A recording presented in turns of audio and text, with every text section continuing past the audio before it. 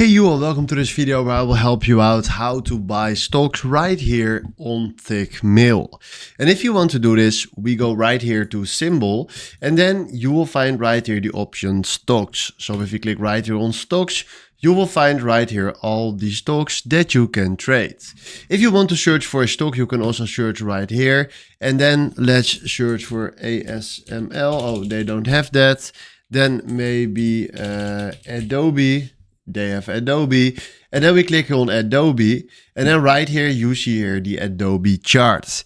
If you want to buy something, then what you can do is click here on new order, select right here how many you want to buy, so the volume, and you see right above it how much it is. So right now it's exactly 1 share.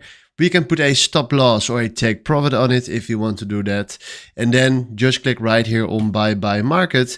And then right now, if you go down, you see right here at Adobe that we created ourselves a ticket on this time, a buy position with 1 volume. This is the price. And right here, you see your profit. So this is in a nutshell how to buy stocks right here on TickMill. Hopefully this was the video where I was looking for. Thanks for watching and have a wonderful day.